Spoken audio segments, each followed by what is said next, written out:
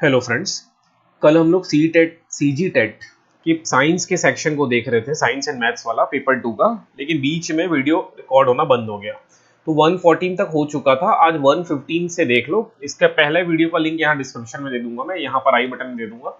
चलिए, अगला जो प्रश्न है वो है 2.5 वर्षों में 6,000 रुपए पर साधारण ब्याज के रूप में कितना प्रतिशत वार्षिक दर से 250 रुपए प्राप्त होगा। देखो यार, मैंने जैसे अभी आप लोग को बताया कि साइंस का सेक्शन बहुत डिफिकल्ट आ रहा है, 11-12 टच कर रहा है।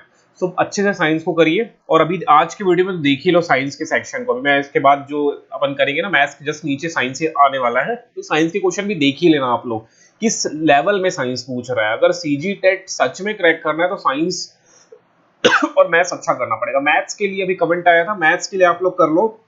आर एस अग्रवाल की बुक है, यादव पब्लिकेशन की बुक आती है, एस डी यादव, इनमें से कोई सी भी एक बुक लेके उसकी प्रैक्टिस कर लो, मैथ्स हो जाएगा। साइंस के लिए तो 9, 10, 11, 12 की बुक करनी है, स्टैंडर्ड बुक करनी है। चलिए, what are rate percent per annum, तो आप लोग को आर फाइंड करना है। रेट परसेंट मतलब ब्याज की दर निकालना है, ठीक है।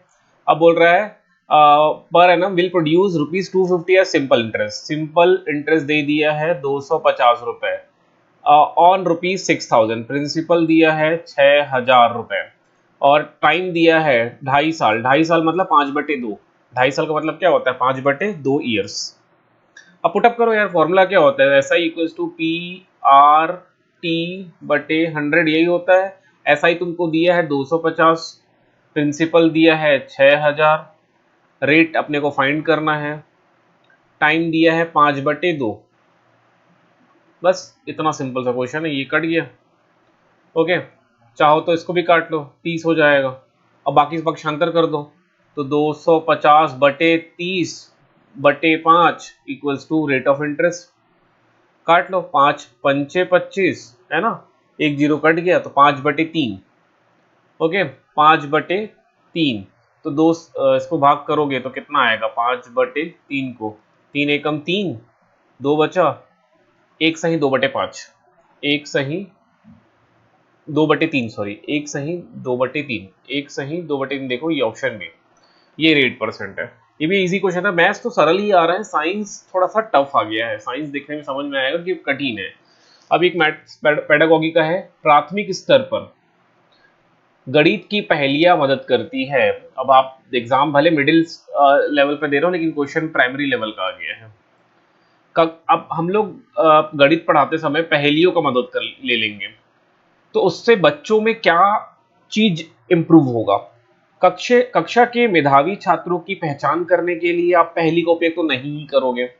छात्रों को मनोरंजन प्रदान करने के लिए ये कर सक अब पहेली से मनोरंजन नहीं होगा, लेकिन चलो कर सकते हैं, मैं मान लेता हूं।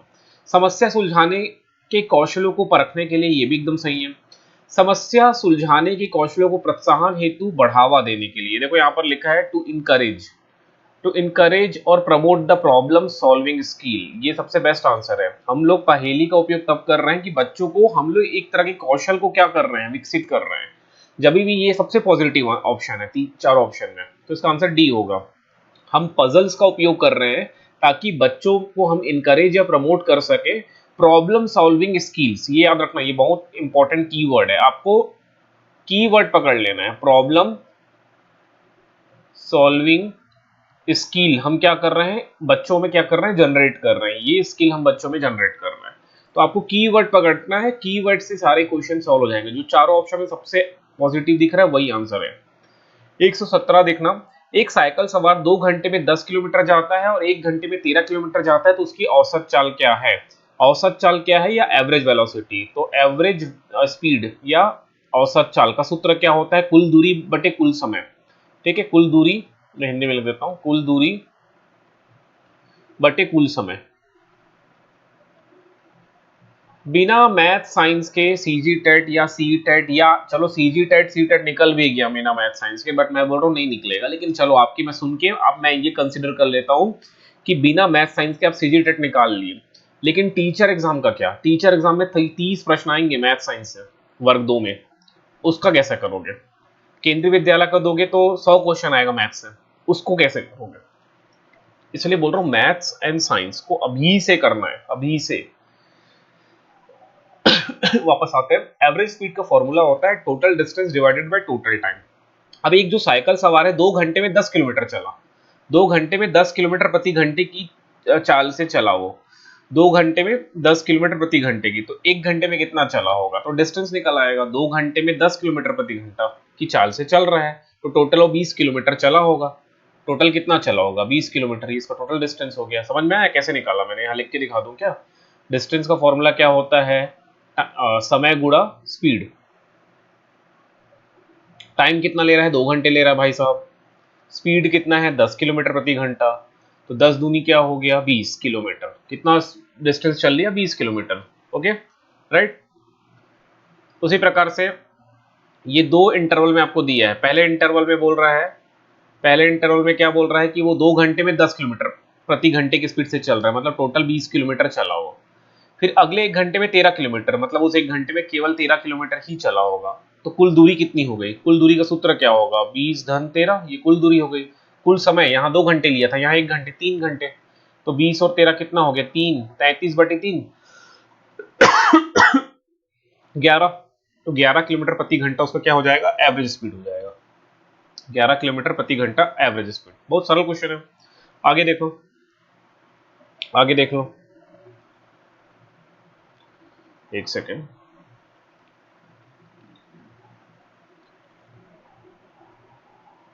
एक 118,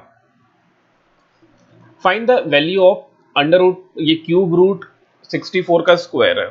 ओके, तो सबसे पहले मैं क्यूब रूट निकाल लेता हूँ। 64 का क्यूब रूट, 64 क्या होता है, 4 गुणा 4 गुणा 4, 16 चौक 64 होता है ना। तो एक्चुअल में ये क्या है, 4 का क्यूब ही तो है, तो ये कैंसिल हो जाता है, और फिर उसका स्क्वायर भी तुमको दिख रहा है, तो 4 का स्क्वायर कितना होगा, 16, 16 इसका आंसर आ जाएगा। ठीक है, बहुत इजी क्वेश्चन हो गया ये तो।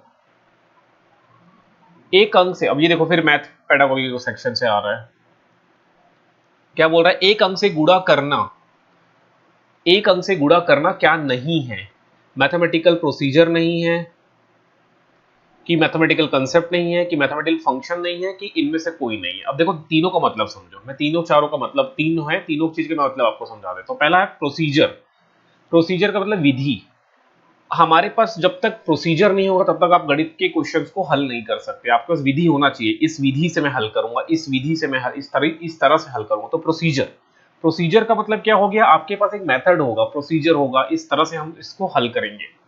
ओके, जैसे क्षेत्रफल निकालना, त्रिभुज का क्षेत्रफल निकालना है, तो क्षेत्रफल निकालने के लिए क्या विधि है, किस तरह से आप निकालोगे, तो इसका एक सूत्र है, हाफ बेस इंटू हाइट, 1/2 आधार गुणित ऊंचाई, ये सूत्र है। तो इस सूत्र में पहले हम पुटअप करेंगे वैल्यू को, 1/2 बेस जो भी दिया है रखेंगे, हाइट को जो भी दिया रखेंगे, फिर इनका गुणा करेंगे, तो एक विधि हो गया, प्रोसीजर हो गया। मैथमेटिकल कंसेप्ट क्या होता है, कंसेप्ट का मतलब संकल्पना हिंदी में बोला गया है, बट कंसेप्ट का मतलब क्या होता है, एक सेकंड रुके। मैथमेटिकल कंसेप्ट, इसको उदाहरण समझिए, जैसे गुणा करने का कंसेप्ट क्या है, गुणा कैसे करोगे, जैसे 3, पहले हम लोग बचपन में जब आप लोग प्राइमरी स्कूल में थे तब ऐसे एक डिजिट का ही गुणा करते थे, ये भी एक डिजिट है, ये भी एक डिजिट है, तो कुछ नहीं करना, 3 का पहाड़ा पास पढ़ना आपको पढ़ना होता था, तो ये एक प्रोसीजर हो जाएगा। लेकिन कंसेप्ट क्या है, पहाड़ा पढ़ना है, 3 का पहाड़ा 4 पर, तो 4 तिया क्या हो जाएगा, 12। ये इस तरह से पहले 1 डिजिट का मल्टीप्लीकेशन आपने सीखा, उसके बाद 2 डिजिट इंटू सिंगल डिजिट, मतलब जैसे ये 42 का गुणा करेंगे 4 से, तो ये 2 डिजिट है और ये एक सिंगल डिजिट नंबर है, इनका गुणा करना है, तो इनका गुणा करने का प्रोसीजर क्या था, पहले गुणा इससे करना है, जो आंसर आएगा यहां लिखना है, हासिल होगा तो हासिल चढ़ाना है, फिर 4 का गुणा इससे करना है, ये विधि हो गया। तो कंसेप्ट क्या है, हमको गुणा करने का कंसेप्ट पता है कि पहले कैसे कर रहे हैं, ये कंसेप्ट है, समझ में आया। फिर उसके बाद फिर हमने 2 डिजिट का गुणा 2 डिजिट से किया, 2 डिजिट नंबर का गुणा 2 डिजिट से किया, तो कंसेप्ट वही है बट मेथड फिर से चेंज हो जाएगा। जैसे 52 का गुणा हम लोग कर रहे हैं 89 से, तो कंसेप्ट वही है, गुणा कैसे करना है, पहले 9 का गुणा 2 से करना है, विधि चेंज हो रहा है, 9 का गुणा 2 से करो, जो आया यहां लिखो, हासिल होगा तो हासिल चढ़ाओ, फिर 9 का गुणा 5 से करो, कंसेप्ट वही है। मल्टीप्लीकेशन का कंसेप्ट क्या है, आपको पहाड़ा ही पढ़ना है, पहाड़ा ही पढ़ना है। ओके, फिर विधि चेंज हो रही है, यहाँ पर 2 डिजिट के लिए अलग विधि आई, यहाँ पर आया कुछ नंबर, फिर यहाँ से क्रॉस का चिन्ह लगाएंगे, फिर 8 की बारी आई, अब 8 का पहाड़ा 2 बार पढ़ना है, तो यहाँ पर लिखेंगे, जो हासिल होगी चढ़ाएंगे, फिर 8 का पढ़ा 5 बार पढ़ेंगे, फिर ऐसे लिख देंगे, फिर इनको जोड़ना है, जोड़ो यहाँ पर, इसको इससे जोड़ो, इसको इससे, सबको जोड़ो। तो ये एक विधि है, प्रोसीजर है, कंसेप्ट समझ में आया? कंसेप्ट तो सेम ही है, पहाड़ा पढ़ना है आपको। तो मैं जो बताने का प्रयास कर रहा था कि मल्टीप्लीकेशन करने के लिए या गुणा करने के लिए आपको क्या क्या जरूरत चीज, multiplication by number is not, multiplication करने के लिए आपको प्रोसीजर की जरूरत पड़ रही है, बिल्कुल पड़ रही है, कंसेप्ट का ज्ञान है तभी तो मल्टीप्लीकेशन कर पा रहे हो। लेकिन मैथमेटिकल फंक्शन क्या होता है? फंक्शन में ना हमेशा इनपुट रहेगा, एक इनपुट होगा और उसके करस्पॉन्डिंग आउटपुट आएगा, उसके संबंधित क्या आएगा? आउटपुट आएगा। जैसे मैंने लिखा F of x is a function which means x square. तो आप यहाँ पर इनपुट चूज करोगे, जैसे ये फंक्शन आप लोग अभी पढ़े, शायद मैथ्स वाले होगे तो जरूर पढ़े होगे, F is a function from real value to real value, मतलब रियल सेट जो होता है ना, real numbers, real number to real number. अब एक्स के यहाँ पर आपको इसे एक इनपुट चूज करोगे फ्रॉम, इसको डोमेन बोलते थे, कोडोमेन बोलते थे, याद आ रहा है वो? तो यहाँ एक्स की वैल्यू आपने चूज कर लिया 2, तो एफ ऑफ 2 आप निकालोगे तो 2 का स्क्वायर विच इज 4, तो ये इनपुट हुआ और ये आउटपुट हुआ। तो यहाँ पर आपको गुणा करने में कोई इनपुट आउटपुट की बात ही नहीं चल रही है, इसलिए multiplication by number is not what mathematical function, mathematical function नहीं है। मतलब इसका आंसर क्या हो जाएगा? Option number C. ठीक है, इसका आंसर क्या हो जाएगा? ऑप्शन नंबर सी, बिकॉज यहाँ पर इनपुट आउटपुट की बात ही नहीं कर रही, आपको गुणा करना है, इसमें क्या इनपुट आउटपुट, जो नंबर दिया गुणा कर दो। ओके, आपको प्रोसीजर पता है गुणा करने के लिए, तभी आप गुणा कर पाओगे, कंसेप्ट पता है तभी गुणा कर पाओगे, लेकिन फंक्शन से कोई लेना देना नहीं है अभी। यहाँ पर फंक्शन में एक इनपुट और एक आउटपुट के बारे में बात किया जाएगा। Okay, a frequency distribution that contains a class with limit of 10 and under 20 would have a midpoint। तो देखो, हमेशा जब भी आप फ्रीक्वेंसी डिस्ट्रीब्यूशन पढ़ोगे तो एक होगा लोअर लिमिट और एक होगा अपर लिमिट। तो इसमें क्या होता है, मिड पॉइंट का फॉर्मूला सीधे सीधे एवरेज का है, मिड वैल्यू या मिड पॉइंट का फॉर्मूला है। अब मैं अपर वैल्यू को u से, लोअर लिमिट को l से डिवाइडेड बाई 2, तो कितना है 20 धन 10 भागित 2, तो 30 बटे 2 मतलब 15, तो 15 इसका आंसर हो जाएगा। मिड वैल्यू की बात कर रहा, सीधे सीधे मिड वैल्यू। ठीक है, मध्य बिंदु का फॉर्मूला क्या है? दोनों को जोड़ो, 2 से भाग करो, ये सूत्र हो जाएगा। अब आती है साइंस की बारी। अब साइंस, सच में बोलूं, आपको रूल आएगा अगर आप 6 to 8 पढ़ के जा रहे हो। पहला प्रश्न बोला जा रहा है, separation technique used to separate components from mixture of miscible liquids is called. एक सेकंड, हिंदी में बोल रहा है, तरल पदार्थों के मिश्रण के घटकों को अलग करने के लिए इस्तेमाल की जाने वाली पृथक्करण टेक्निक क्या है? तो अब ये देखो, ये सब ही टेक्निक सेपरेशन के, ये क्लास 9th में दिया हुआ है डिटेल में, एनसीईआरटी में आपको मिल जाएगा इसके बारे में। एक्चुअली मैंने साइंस पढ़ाता हूँ मैं 9, 10, 11, 12, मैंने मैथ्स भी पढ़ाया है, सो मुझे इसके बारे में जानकारी है, तो इसलिए मैं फट से बता दूंगा, इसका आंसर फ्रैक्शनल डिस्टिलेशन होगा। डिस्टिलेशन एक टेक्निक है, बट फ्रैक्शनल डिस्टिलेशन वो उस टेक्निक होता है जिनमें इसका यूज हम लोग तब करते हैं जब दोनों के जो बॉइलिंग पॉइंट जो है वो उनमें एकदम क्लोज डिफरेंस होगा। जैसे अल्कोहल है, एक सेकंड रुकेगा, उदाहरण में देखिए, जैसे अल्कोहल है और वाटर है, इसका अराउंड 78 डिग्री सेल्सियस होता है मेल्टिंग बॉइलिंग पॉइंट, और वाटर का 100 डिग्री सेल्सियस है, तो दोनों एकदम क्लोज है। अब दोनों के मिक्सचर को एक साथ उबालेंगे तो क्या हो जाएगा, वाटर का अगर आप लोग पढ़ोगे वेपोराइजेशन है, और तो ये 100 के बिलो भी होना चालू हो जाता है, तो कुछ पानी 78 डिग्री सेल्सियस में ही वो क्या हो जाएंगे, वेपर बन के उड़ना चालू हो जाएंगे। तो आप इस मेथड से, डिस्टिलेशन से डायरेक्टली इनको अलग नहीं कर पाओगे, अल्कोहल और वाटर को, इसलिए हम लोग फ्रैक्शनल डिस्टिलेशन की बात करते हैं। इसको एक बार नेट में सर्च करके देखना, फ्रैक्शनल डिस्टिलेशन। ठीक है, अगर यही समझाते बैठूंगा तो पूरा पेपर एक ही क्वेश्चन में पूरा चले जाएगा ना। चलिए, दूसरा है the permeability of paramagnetic material, अनुचुंबकी पदार्थ की परगाम्यता है। तो जो पैरामैग्नेटिक सब्सटेंसेस होते हैं ना, एक सेकेंड, उनकी परमिएबिलिटी जो है वो मोर देन 1 होती है। इसको याद रख लेना, ये सिंपल सा प्रश्न है। पैरामैग्नेटिक सब्सटेंस है, डायमैग्नेटिक सब्सटेंस है ना, इनकी आपको याद ही तो करना है, इसको याद कर लेना। अब देखो ये फिजिक्स का एक क्वेश्चन है मोशन से। दो पिंड एक समान रूप से एक दूसरे की ओर गति करती है, जैसे एक पिंड ये है और एक पिंड ये है, ये दोनों एक दूसरे की तरफ गति करते हैं, एक दूसरे की तरफ गति करते हैं, तो उनके बीच की दूरी 6 मीटर प्रति सेकंड की दर से घटती है। मतलब इनके बीच की जो स्पीड होगी ये कितनी हो जाएगी, 6 मीटर पर सेकंड की स्पीड से एक दूसरे की स्पीड घट रही है दोनों की। लेकिन अगर पिंड एक ही दिशा में गति करते हैं, ये दोनों पिंड एक ही दिशा में गति कर रहे हैं, तब इनके बीच की दूरी है 4 मीटर प्रति सेकंड की दर से बढ़ती है, 4 मीटर प्रति सेकंड की दर से बढ़ती है। यहाँ इनके बीच की डिस्टेंस बढ़ रही है और यहाँ इनके बीच की डिस्टेंस घट रही है। ठीक है, तो अब आपको बताना है दोनों पिंड की क्या है, दोनों पिंड की गति कितनी होगी। तो मान लो इस पिंड की गति x है। अब यहाँ रिलेटिव वेलोसिटी, रिलेटिव स्पीड आ रहा है ना, रिलेटिव स्पीड, रिलेटिव स्पीड क्या होता है, अब ये एक बड़ा कंसेप्ट है रिलेटिव स्पीड। अब यहां समझाऊंगा तो फिर 15 मिनट तो यही चले जाएगा। रिलेटिव स्पीड फिर मोटा मोटा बता दूं। रिलेटिव स्पीड का मतलब क्या होता है, जैसे आप ट्रेन में बैठे हैं, ध्यान से मेरी बात समझना, सब लोग ट्रेन में बैठे होंगे। अब आपने एक चीज एक्सपीरियंस किया होगा, एक चीज ये एक्सपीरियंस किया होगा, आप ट्रेन की विंडो सीट में हैं और आपकी ट्रेन मान लो प्लेटफॉर्म में खड़ी है। अब आप विंडो सीट से एक दूसरे ट्रेन जो बाहर खड़ी है उसको देख रहे हो, तो आपको ये डाउट होता है कि मेरी ट्रेन चल रही कि वो ट्रेन चल रही है। लेकिन कभी कभी ऐसा होता है कि वो ट्रेन चलती रहती है और आपकी ट्रेन स्टेशनरी है, रुकी हुई है, फिर भी ऐसा लगेगा कि आपकी ट्रेन चल रही है। लेकिन जैसे ही आप गर्दन मतलब दूसरे डायरेक्शन की ओर देखोगे तब पता चलता है कि आपकी ट्रेन तो खड़ी हुई है।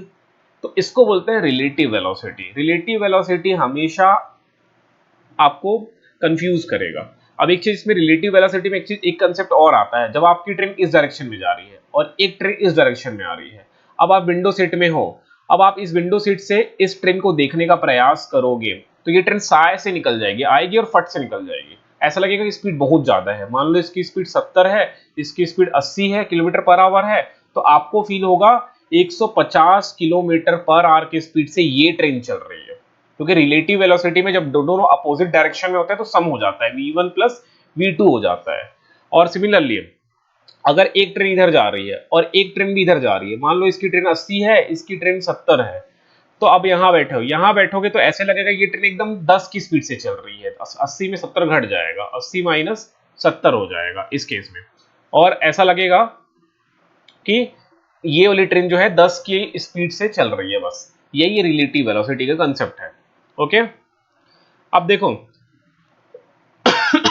अब यहां पर इसकी स्पीड x मान लो, इसकी स्पीड y मान लो, ये x और y और दोनों एक दूसरे की तरफ आ रही है तो स्पीड सम हो जाएगा। तो x प्लस y का मान दिया है एक्चुअल में 6। अब यहां पर ये x है और ये y है और दोनों एक दूसरे की तरफ जा रही है, तो यहां पर स्पीड क्या हो जाएगा, घटेगा। तो घटेगा तो कितना, x माइनस y की वैल्यू 4 दी है। अब इसको सॉल्व कर लो, x धन y को जोड़ने से 6 आ रहा है, x धन y को घटाने से 4 आ रहा है, दोनों समीकरण को जोड़ दो तो y y कट हो जाएगा। तो 2x बराबर 6 4 10 हो गया, x बराबर 5 आ गया। अब x 5 है तो x का मान यहाँ पुटअप कर दो, तो 5 इधर घटा दोगे y का मान 1 आ जाएगा। 1 और 5 यहाँ पर दिख रहा है, 1 और 5, तो ऑप्शन डी इसका करेक्ट आंसर होगा, 1 और 5। ठीक है, देखो अगर मैथ्स और साइंस करना है आप लोग को तो कमेंट करिएगा, मैं इसके लिए कोई प्लान लेके आऊंगा आपके लिए, और हम लोग व्हाइट बोर्ड में पढ़ेंगे। ठीक है, यहाँ लैपटॉप वगैरह में जो मैं पढ़ा रहा हूँ स्क्रीन शेयर करके वैसा नहीं पढ़ेंगे, बोर्ड में पढ़ेंगे। चलिए देखते हैं नेक्स्ट क्वेश्चन की तरफ। यहाँ मेरे यहाँ लाइट गोल भी है और लैपटॉप की बैटरी भी अब नहीं बची हुई है। चलिए देखते हैं कब तक चलता है। अगला प्रश्न है क्या बोला रहा है, निम्नलिखित में से कौन सा यौगिक का सही उदाहरण है। अब देखो तीन चीज होता है, कि एलिमेंट होता है, तत्व बोलते हैं, तत्व, कंपाउंड यौगिक, और मिक्सचर मिश्रण, तीन चीजें। एलिमेंट प्योर होता है याद रखना, और कंपाउंड भी, दोनों प्योर है, दोनों प्योर है। एलिमेंट एक सिंगल चीज होगा, लाइक आयरन की बात किया तो आयरन, कॉपर की बात किया तो कॉपर। अगर मैं बोल दिया फॉर एग्जांपल मैं बोल दिया एल्यूमिनियम रॉड, तो पूरा 100% एल्यूमिनियम से बना होना चाहिए, तो ये सब एलिमेंट है। कंपाउंड क्या होगा, जब दो एलिमेंट एक फिक्स्ड प्रपोर्शन में मिलेंगे, जब दो एलिमेंट एक फिक्स्ड प्रपोर्शन में मिलेंगे तो उसको कंपाउंड या यौगिक बोलते हैं। ठीक, तो वो क्या हो जाएगा, कंपाउंड। जैसे शक्कर आप देखोगे तो शक्कर में C6 कार्बन का 6 H12O6, ये 6 फिक्स्ड प्रोपोर्शन में है, 6 कार्बन 12 हाइड्रोजन और 6 ऑक्सीजन के मॉलिक्यूल मिलके शक्कर बनाएंगे, तो ये यौगिक होगा। और मिक्सचर जब कोई फिक्स्ड प्रोपोर्शन नहीं है, जब फिक्स्ड प्रोपोर्शन में नहीं है, किसी भी अनुपात में आप मिला दे रहे हो तो वो मिक्सचर हो जाएगा। ठीक है, जैसे एयर है, एयर में फिक्स्ड प्रोपोर्शन में O2, फिक्स्ड प्रोपोर्शन में CO2, फिक्स्ड प्रोपोर्शन में नहीं है, हर जगह अलग अलग होगा। अगर आप इंडस्ट्रियल एरिया में जाओगे तो वहां CO2 का कंसेंट्रेट प्रोपोर्शन ज्यादा होगा। ठीक है, अब जंगल में जाओगे तो O2 का प्रोपोर्शन ज्यादा होगा। तो वही बता रहा हूँ, ये फिक्स प्रोपोर्शन में नहीं है, तो इसलिए एयर मिक्सचर है। बस इतना याद रखो, एयर मिक्सचर है तो पूरी कहानी खत्म हो जाएगा। अब आपसे पूछा गया कि इनमें से कौन सा यौगिक है, तो यौगिक है तो सब यौगिक होना चाहिए। ये इरेज नहीं हो रहा है क्या, एक सेकेंड।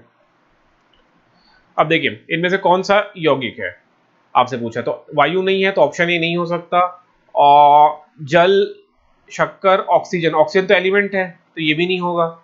जल, नमक, वायु, वायु नहीं है। अब देखो जल, नमक, शक्कर, ये तीनों ही क्या है, यौगिक है। जल भी कंपाउंड है H2O, नमक भी है NaCl, शक्कर भी है C6H12O6, तो तीनों क्या हो गए, यौगिक हो गए। तो ऑप्शन डी करेक्ट आंसर होगा इसका। आया समझ में। त्रिभुज के का गुरुत्व केंद्र डैश बिंदु पर होता है। ठीक है, सेंटर ऑफ ग्रेविटी की बात किया जा रहा है ट्राइंगल के लिए। ये ट्राइंगल बना दो जहां पर तीनों मीडियन एक दूसरे से इंटरसेक्ट करेंगे, जहां पर तीनों मीडियंस, जहां पर मीडियन का मतलब होता है माध्यिका, जहां पर तीनों माध्यिका एक दूसरे से इंटरसेक्ट करेंगे, यहां पर होगा इसका क्या, सेंटर ऑफ ग्रेविटी या गुरुत्व केंद्र। याद रखना इस चीज को। अगला क्वेश्चन है, प्रिज्म के आपतित किरण और निर्गत किरण के बीच के कोण को क्या बोलते हैं। ये 12वीं या 11वीं में दिया है, 12वीं में दिया है। ये आपतित किरण हो गया, एक सेकेंड, ये आपतित किरण हो गया, फिर इस तरह से ये बेंड होता है, फिर ये निर्गत किरण हो गया। तो आपतित किरण ये है, इसमें से बढ़ाओ, निर्गत किरण को बढ़ाओ, तो इनके वजह ये जो कोण बनेगा, ये वाला कोण, इसको डेल से नोट करते थे, इसको ही बोलते हैं एंगल ऑफ डेविएशन। ठीक है, एंगल ऑफ डेविएशन। एक सेकंड, मेरे यहाँ लाइट आ गई, लैपटॉप चार्ज में लगा दे। तो एंगल ऑफ डेविएशन क्लियर हो गया आप चीजों लोगों को। ठीक है, सिंपल सा क्वेश्चन हो गया। तो अब आपसे पूछा जा रहा है, what is in material for electric fuse. Electric fuse का काम क्या है। जो इलेक्ट्रिक फ्यूज जो तार होता है ना, ये जैसी ज्यादा करंट आएगा तो ये मेल्ट हो जाता है, मेल्ट होके क्या पिघल के क्या हो जाता है, टूट जाता है बीच से। जैसे ये फ्यूज तार हमने लगा दिया, ये फ्यूज तार है, ये फ्यूज तार है, यहां से करंट एंटर कर रहा है आई। अब करंट की वैल्यू जैसे ही ज्यादा होगा तो यहां से जाएगा, इसका रेजिस्टेंस हाई होता है, तो रेजिस्टेंस हाई है तो ये क्या हो जाता है, गर्म हो जाता है, और गर्म होके क्या हो जाता है, मेल्ट होके टूट जाता है। इसको इस तरह से हम लोग तार यूज करते हैं कि ये मेल्ट होके तुरंत टूट जाए, ज्यादा करंट आए तो टूट जाए, तो टूट जाता है। जैसे ये ब्रेक होगा तो करंट अब आगे नहीं बढ़ता है, आगे नहीं बढ़ेगा तो अपने घर के अप्लायंसेस को जलने से बचा लेता है। ये फ्यूज का काम है। ठीक है, यही फ्यूज का काम है। अब देखो आगे आपसे पूछा जा रहा है, आपसे ये बोला जा रहा है कि इनमें से फ्यूज तार के लिए क्या चीज महत्वहीन है। तार की विशिष्ट प्रतिरोध होना बहुत जरूरी है, तो ये चीज लिख लो, अभी नोट कर ले रहो।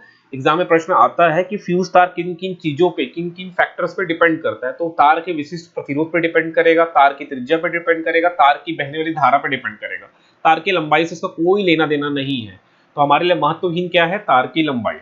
ओके, तार की त्रिज्या जितना आप बढ़ाओगे रेजिस्टेंस उतना कम होगा, याद रखना। ओके, अब ये सोडियम का प्रतीक चिन्ह कक्षा 9वीं में है, Na है, सोडियम को Na से डिनोट करते हैं, याद रखिएगा। अब ये फिर से एक क्वेश्चन आ गया है, ये कक्षा 12वीं का प्रश्न है। अब एक दोहरे उत्तल लेंस की वक्रता त्रिज्या, एक दोहरा उत्तल लेंस है, उसका एक वक्रता त्रिज्या कितना दिया है, 20 सेंटीमीटर दिया है, और दूसरा उसका दूसरे फेस का वक्रता त्रिज्या 40 दिया है। तो साइन कन्वेंशन के हिसाब से एक को पॉजिटिव एक को नेगेटिव लेना पड़ेगा।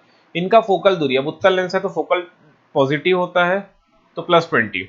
अब लेंस के पदार्थ का अपवर्तनांक क्या होगा, तो एक सीधा सा फॉर्मूला है, फॉर्मूला मेरे को याद नहीं है, मैं एक बार देख के बता देता हूँ आपको। अब आप लोग को ये दिख रहा होगा, एक क्वेश्चन है, ये क्लास 12वीं का प्रश्न है, यहाँ पर सीधे से लिखा है, देखो स्टैंडर्ड 12 फिजिक्स लेंस मेकर फॉर्मूले से क्वेश्चन है। उसका फॉर्मूला देख लो, फॉर्मूला ही बस काम का है, 1/f equals to n minus one upon 1/r1 minus 1/r2, जहां पर n क्या है, रिफ्रैक्टिव इंडेक्स है, n क्या है, रिफ्रैक्टिव इंडेक्स है, जो अपने को निकालना है। ओके, ये फॉर्मूला 1/f बराबर n minus one upon 1/r1 minus 1/r2, I think दिख रहा होगा आप लोग को, ये विजिबल होगा। R1 पॉजिटिव एक नेगेटिव होगा, और कॉन्वेक्स है इसलिए फोकल लेंथ भी नेगेटिव 20 होगा। अब इसको सॉल्व करो, सिंपल पुटअप करो, 1/20 n माइनस वन 1/20 धन 1/40 को सॉल्व करो तो n का मान 5/3 आ जाएगा। ठीक है, अब आप लोग सॉल्व कर लेना, ये चीज कितना जा रहा है, फॉर्मूला 4/3 आई थिंक आ रहा है ना, 4/3 इसका क्या हो जाएगा, आंसर हो जाएगा। राइट, फिर भी कोई डाउट हो तो पूछना। सीजी टेट के साइंस टफ आ रहे हैं यार, टफ तो आ रहे हैं। Which of the following is the unit of coefficient of radiant heat transfer? अच्छा, 11वीं का क्वेश्चन है, इसका फॉर्मूला है W/m²K, ये इसका फॉर्मूला है। ठीक है, यहाँ पर मैंने सर्च किया था, तो उसका फॉर्मूला क्या होता है, वॉट पर स्क्वायर मीटर केल्विन, वॉट पर मीटर स्क्वायर केल्विन, इसका क्या है, SI यूनिट है। अब देखना अगला 131 12वीं का फिर से प्रश्न है ये। अब ये इजी भी है, आपको दिया है ईएमएफ दिया है, E naught sine omega T दिया है, और करंट दिया है I naught sine omega T minus π/2, मतलब इनका जो फेज डिफरेंस है π/2 है, और यहाँ पर फेज जो डिफरेंस होता है ना कॉस के एंगल से होता है, तो कॉस π/2 निकालोगे तो आंसर कितना आएगा, 0, इसलिए इसका आंसर कितना हो जाएगा, 0। ठीक है, पावर कंजम्पशन का फॉर्मूला है ये। अगला क्वेश्चन देखो, आपसे पूछा जा रहा है CO2 CH4 मतलब carbon dioxide gas, methane, ozone तथा धूल के कण द्वारा ऊष्मा के पुनः विकिरण को रोकने की प्रक्रिया क्या कहलाती है। ये जितने गैसेस की बात किया है, ये गैसेस क्या कर लेते हैं, अर्थ तक गर्मी को पहुंचने देते हैं, हीट एनर्जी को अर्थ तक जाने तो देते हैं लेकिन वापस निकलने नहीं देते। जैसे ये पृथ्वी है, और ये सब वो ये जितने गैसेस की बात की गई है, CO2, मीथेन, ओजोन, ये सूरज से आने वाली हीट को अंदर जाने दे देते हैं, अभी जाके पृथ्वी को गर्म करेगा। अब पृथ्वी से जो विकिरण निकलती है वो शॉर्ट वेव की होती है, तो शॉर्ट वेव को ये बाहर निकलने नहीं देते, तो ये सिर्फ फैला देते हैं चारों ओर, तो इसलिए पृथ्वी क्या हो जाती है, गर्म हो जाती है। तो इस इफेक्ट को बोलते हैं ग्रीन हाउस इफेक्ट। ठीक है, अब जो बायो वाले होंगे उनके लिए जबरदस्त क्वेश्चन है, person with type AB blood groups are known as universal recipient because, तो आपसे पूछा जा रहा है कि यूनिवर्सल रेसिपिएंट कौन है या सर्वग्राही कौन है। सॉरी, AB रक्त समूह के व्यक्ति को सर्वग्राही कहते हैं क्योंकि उनके बॉडी में एंटीबॉडी पाए जाते हैं, उनके बॉडी में एंटीबॉडी नहीं पाए जाते, उनके बॉडी में एंटीबॉडी नहीं पाए जाते। ऑप्शन बी इसका आंसर हो जाएगा 133 का बी। ओके, इनके बॉडी में क्या नहीं पाए जाएंगे, एंटीबॉडीज। तो ब्लड वाला सेक्शन अच्छे से कर लेना। साइंस तो है, टफ तो है बॉस, साइंस टफ है। अब ये जो 134 क्वेश्चन है तो अपने आप में डरावना ही है। देखो, सिंपल हार्मोनिक क्वेश्चन क्लास 11वीं का क्वेश्चन है। आपसे पूछा जा रहा है कि एक कण ए आयाम की सरल आवृत्ति गति कर रहा है, माध्य स्थिति से कितनी दूरी पर इसकी गतिज ऊर्जा इसकी स्थितिज ऊर्जा के बराबर होगी, मतलब कब इसकी काइनेटिक एनर्जी पोटेंशियल एनर्जी की इक्वल होगी। सो अगर हम लोग लिखे कि kinetic energy of simple harmonic motion में ना, इन सिंपल हार्मोनिक मोशन में इसका फॉर्मूला क्या होता है, 1/2 half m omega square into A square, मतलब amplitude minus constant X square, ये होता है। और पोटेंशियल एनर्जी का फॉर्मूला क्या होता है, इसमें पोटेंशियल एनर्जी का फॉर्मूला होता है half m omega square, half m omega square into x square, ये फॉर्मूला होता है। इन दोनों को इक्वल कर दो, इक्वेट कर दो, दोनों को इक्वेट कर दोगे तो अगर आप लोग इक्वेट करोगे तो क्या हो जाएगा, ये हाफ हाफ कट हो जाएगा, कट हो जाएगा।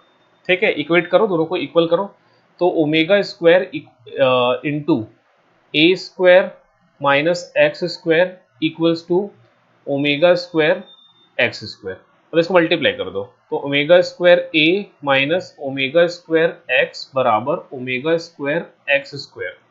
राइट, और देखोगे तो ये omega square omega square omega square भी कट ही हो चुका है। ठीक है, ये भी हमारा कट ही हो चुका है।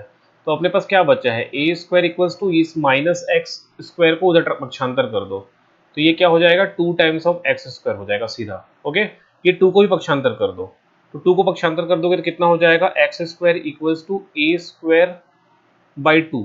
इस स्क्वायर को भी ट्रांसपोज कर दो, तो x equals to under root A square by 2, जिसका मतलब है a upon root 2 equals to X, और 1 अपॉन रूट 2 का मान कितना होता है, 0.71, 0.71।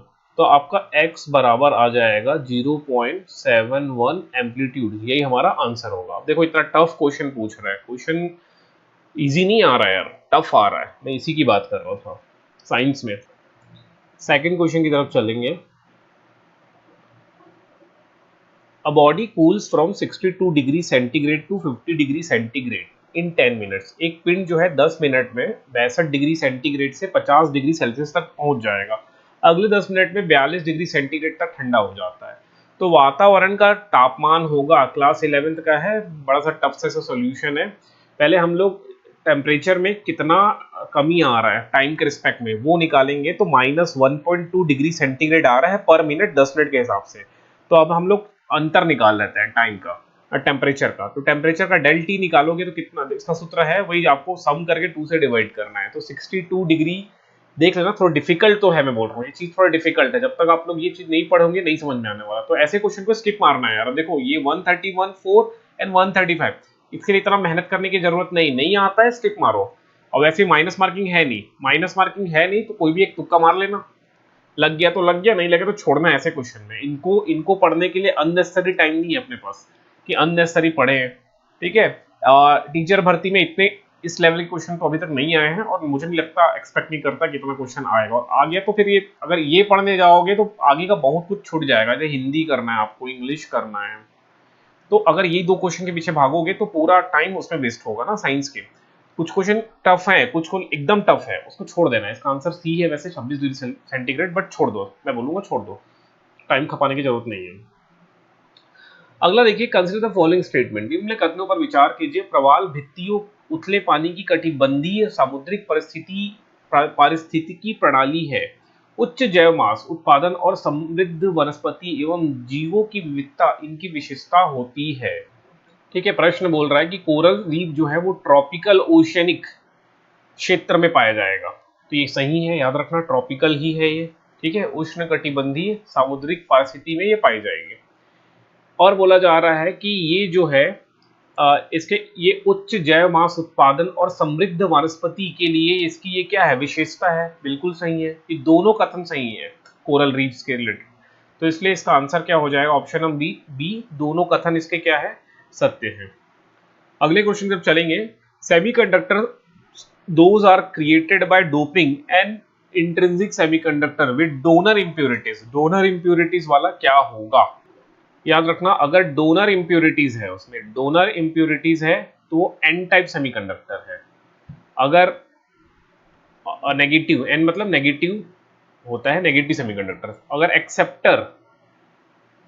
एक्सेप्टर इंप्योरिटीज है, उसमें एक्सेप्टर इंप्योरिटीज हैं तो वो पी टाइप सेमीकंडक्टर होगा, पी टाइप। ये पी मतलब पॉजिटिव, ठीक है, इसमें इलेक्ट्रॉन आ जाएगा, इसमें होल रहेगा, इसमें इलेक्ट्रॉन चार्ज कैरियर होगा, इसमें होल चार्ज कैरियर होगा, बस इतना ही है।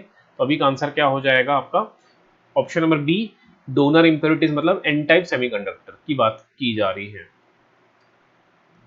The resultant of two equal forces P making an angle theta is given by. अब रिजल्टेंट या फिर इसको बोलते हैं परिणामी बल का सूत्र क्या होता है, इसका परिणामी बल का सूत्र हो जाएगा रिजल्टेंट का, अंडर रूट में रहेगा ये पी स्क्वायर मतलब A square plus B square plus 2ab cos theta, ये सूत्र होता है। और यहाँ पर हमारे दोनों फोर्सेस P ही है, तो यहाँ लिखा आएगा P square plus 2p into P cos theta, ये सूत्र है।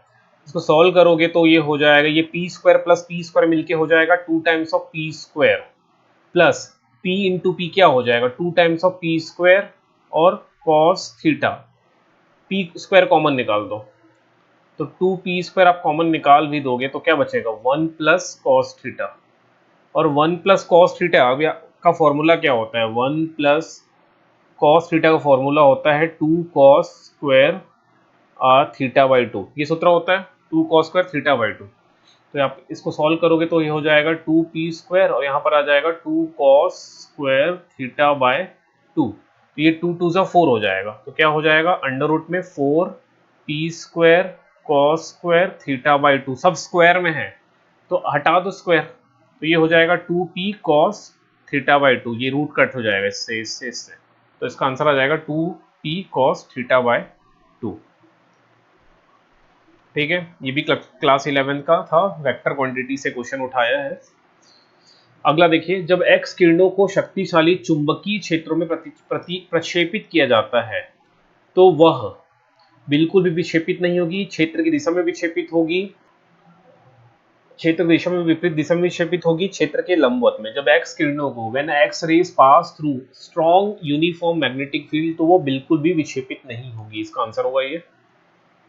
पृथ्वी तक पहुंचने वाली कुल सौर ऊर्जा का कितना भाग प्रकाश संश्लेषण में प्रयोग होता, तो how much part of solar energy reaching earth is use in photosynthesis, तो फोटोसिंथेसिस में केवल 1 से 2% लगभग अप्रोक्सीमेटली 1 से 2% ही सोलर एनर्जी का यूज हम लोग प्रकाश संश्लेषण की क्रिया में करते हैं प्लांट द्वारा। ठीक, अगला है टीसीपी या आईपी मेनली यूज फॉर, ये कंप्यूटर से क्वेश्चन है, ये फाइल ट्रांसफर में भी यूज होता है, ईमेल में भी होता है, रिमोट लॉगिंग सर्विस में भी होता है, मतलब इसका आंसर क्या हो जाएगा ऑल ऑफ द एबो। इसका उपयोग इन चारों में होगा, तीनों में होगा मतलब। जैव संगठन का सही क्रम है, आपसे पूछा जा रहा है the correct hierarchy of life is, तो देखोगे सबसे पहले सेल से कोशिका से टिश्यू बनेगा, उत्तक बनेंगे, टिश्यू से ऑर्गन्स बनते हैं, ऑर्गन से ऑर्गन सिस्टम बनेगा, ऑर्गन सिस्टम से ऑर्गेनिजम्स बनेगा। ठीक है, तो कोशिकाएं, उत्तक, अंग और अंग तंत्र, ये सीक्वेंस है, इसको याद रखिएगा, बहुत इजी सा क्वेश्चन है। अब आपसे पूछा जा रहा है एक अगला क्वेश्चन है, एक षटभुजाकार कुंडली, भुजा ए में आई धारा प्रवाहित हो रही है, तो कुंडली की केंद्र पर चुंबकीय प्रेरण हो गई। ये सिंपल सा सूत्र है, सूत्र मुझे नहीं पता है, तो ये फॉर्मूला बेस्ड है, कक्षा 12वीं का है, क्लास 12th का है ये चीज, ये फॉर्मूला बेस्ड है। अगर कोई भी सर्कुलर लूप है, उस लूप में करंट फ्लो हो रही है, तो उसके सेंटर में यहाँ पर कितना मैग्नेटिक एक सेकेंड मैग्नेटिक इंडक्शन इंड्यूस होगा, ये क्वेश्चन है। तो ये फॉर्मूला है, फॉर्मूला मेरे को याद नहीं है, एक बार आप लोग इसका आंसर ही देख लेते हैं ना, फॉर्मूला मेरे को याद नहीं है। तो 143 का आंसर कितना आ रहा है, डी। तो इसका आंसर है √3 म्यू नॉट आई, ये बायो सावर्ट लॉ से बनता है, upon pi A, Biot Savart law से ये बनता है। ठीक है, अगला है matter is composed of very small particle called, 9वीं का क्वेश्चन है कि पदार्थ बहुत छोटे छोटे कणों से मिलकर बना होता है, जिसे हम क्या कहते हैं, तो एलिमेंट, कंपाउंड, मॉलिक्यूल, ये सब नहीं होगा, इसका आंसर आ जाएगा एटम। ठीक है, एटम से ही मिल के बनता है एलिमेंट। ओके, दो एटम एक्चुअली मिलके बनाते हैं मॉलिक्यूल, और मॉलिक्यूल से बनता है कंपाउंड। न्यूक्लियन प्रेजेंट, न्यूक्लियन प्रतिनिधित्व करती है, न्यूक्लियन में क्या होता है, यहाँ न्यूक्लियस नहीं बोला है, न्यूक्लियन बोला है, ध्यान से समझना बात को। मैं आपको बता दूं न्यूक्लियन का मतलब क्या होता है, जो चीज न्यूक्लियस में पाए जाते हैं, जो चीज न्यूक्लियस नाभिक में, वो क्या है, न्यूक्लियन है। जैसे मैं यहाँ पर नाभिक बनाया सोडियम का, 11 होता है इसका एटॉमिक नंबर, तो यहाँ पर न्यूक्लियस में कुछ चीजें होंगी, फिर ये फर्स्ट शेल होगा, सेकेंड शेल होगा, इसमें 2 इलेक्ट्रॉन, फिर इसमें 8 इलेक्ट्रॉन, ऐसे करके यहाँ 1 इलेक्ट्रॉन। तो न्यूक्लियस में क्या क्या है, न्यूक्लियस में होता है प्रोटॉन और न्यूट्रॉन, प्रोटॉन और न्यूट्रॉन, तो वो क्या है, न्यूक्लियन है। ठीक है, अगले प्रश्न चलते हैं। निम्न विधियों की पहचान करें जिनके द्वारा चुंबक अपने गुण खो सकते हैं, चुंबक को गर्म करने पर, हथौड़े से पीटने पर, ऊंचाई से गिराने पर, तो उसका आंसर होगा उपयुक्त सभी। अगर चुंबक को आप गर्म करो, चाहे हथौड़े से पीटो, चाहे उसको ऊंचाई से गिरा दो, तो ये सभी क्या है, ये सभी वो गुण है जिससे चुंबक अपनी चुंबकत्व को खो देता है। नारियल का खाने वाला भाग कौन सा है, ये सीजी व्यापम का सबसे पूछा जाने वाला प्रश्न है, ये सीजीपीएससी एसीएफ में पूछा गया था यही क्वेश्चन। तो एंडोस्पर्म है, जो एडिबल पार्ट ऑफ कोकोनट है, भ्रूणपोष। ठीक है, इसको याद रखना। लाइकेन सहजीवी है जिनमें पाए जाते हैं शैवाल और ब्रायोफाइट, आदि पादप और अंतःपादप, शैवाल और कवक, मॉस और फंगी। मुझे जहां तक याद आ रहा है शैवाल और कवक है। 148 देख लेते हैं, सी करेक्ट। ठीक है, लाइकेन में कौन कौन से होंगे? अलगी होगा और फंगी होगा। ये दोनों एक दूसरे के साथ क्या है, सिम्बायोटिक रिलेशनशिप में रहते हैं। निम्नलिखित में कौन सा कंप्यूटर दुनिया का पहला व्यावसायिक कंप्यूटर है? शायद एनिएक या यूनिवेक था। इसका आंसर देख लेते हैं 149 का। अब बी एनिएक है। ठीक है, एनिएक ही सही आंसर। ये पहला दुनिया का फर्स्ट क्या है, कमर्शियल कंप्यूटर है एनिएक, याद रखना। एक बंद पाइप एक बंद ऑर्गन पाइप P1 की पहली ओवर टोन आवृत्ति एक खुले ऑर्गन पाइप P2 की मौलिक आवृत्ति के बराबर है। यदि पाइप P1 की लंबाई 30 सेंटीमीटर है तो P2 की लंबाई सेंटीमीटर में क्या होगी? अब ये भी एक लेंदी सा प्रॉब्लम है। इसका आंसर क्या है? 150 का सी है, 20 सेंटीमीटर है। बड़ा सा कचरा सा सोल्यूशन है इसका। ठीक है, बहुत सारे सूत्र तो लगा के बनेगा, छोड़ दो इसको। ठीक है, देखो साइंस इतने डिफिकल्ट आ रहे हैं यार, साइंस इसकी मेहनत करो साइंस को। अब हमारा 60 क्वेश्चन मैंने कंप्लीट कर दिया, फिर भी जो डाउट है वो कमेंट में छोड़ देना, बाकी अपन देखते हैं। इजी क्वेश्चन नहीं आने वाला, जो लोग इजी पढ़ा रहे हैं उनको छोड़ देना, आप लोग कोई मतलब नहीं इजी करने का।